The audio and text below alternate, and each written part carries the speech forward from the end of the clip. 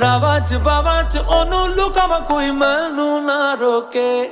ਮੇਰੇ ਢੋਲ ਜੁਦਾਈਆਂ ਦੀ ਤੈਨੂੰ ਖਬਰ